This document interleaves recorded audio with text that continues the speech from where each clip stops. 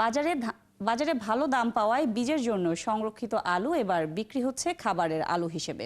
এতে আসছে মৌসুমে আলু বীজের সংকট তৈরি হতে পারে। এরই মধ্যে বেড়ে গেছে বীজের দাম। একই অবস্থা আমদানি করা বীজের ক্ষেত্রেও। ফলে এবার বাড়বে আলুর উৎপাদন খরচ। তাই আগামী মৌসুমেও আলুর বাজার কতটা স্বস্তির হবে তা নিয়ে সংশয় থেকেই যাচ্ছে। আরও জানাচ্ছেন রিয়া সিজান। হল্যান্ড থেকে আসা বীজ থেকে দেশে যে আলু উৎপাদিত হয় সেটি পরবর্তী 2 বছর বীজ আলু হিসেবে সংরক্ষিত হয়। প্রতিটি আলুর গায়ে থাকা চোখ কেটে রোপণের পর সেখান থেকে উৎপাদিত হয় আলু গাছ। প্রাকৃতিক দুর্যোগে এবার এমনিতেই আলুর সংকট। ভালো দাম পাওয়ায় অনেকেই বীজ হিসেবে রাখা আলুই এবার বিক্রি করছে খাওয়ার আলু হিসেবে। ফলে আসছে মৌসুমে দেখা দিতে পারে আলু বীজের সংকট। চাহিদা বেশি থাকায় বীজের দামও এবার কেজিতে বেড়ে গেছে 15 টাকা। 60 টাকা আলু বীজ বিক্রি হচ্ছে 75 টাকায়। 3000 টাকা উপরে বীজ, 3500 টাকা বীজ আছে বেড়া। এমন আরেকটা আলু আছে আপনার যেটা আপনার 3500 টাকা ওভারও আছে। সরকারিভাবে বীজ দেয়, এটা তো দিত আগে জনগণের, কৃষকের দিত।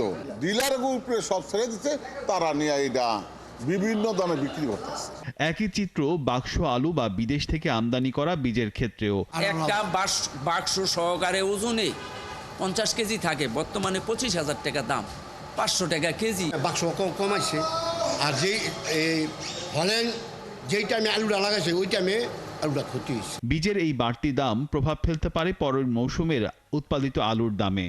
অন্যদিকে চলতি মৌসুমে বাজার ভালো থাকায় চাষিদের মধ্যে বেড়েছে আলু চাষের আগ্রহ।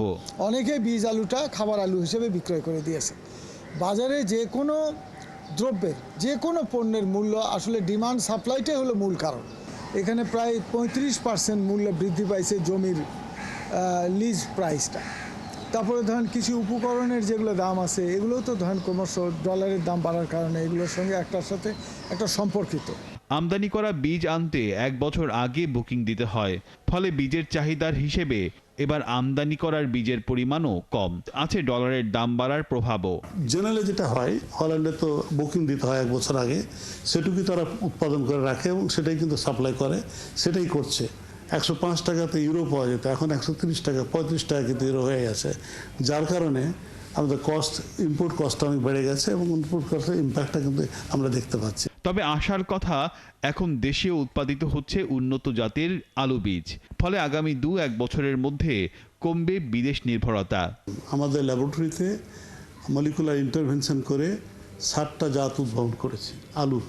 এই জাতগুলো মাস সুপিরিয়র ইম্পোর্টেড ভ্যারাইটির চেয়ে। রিয়া সিজান, 71, ঢাকা।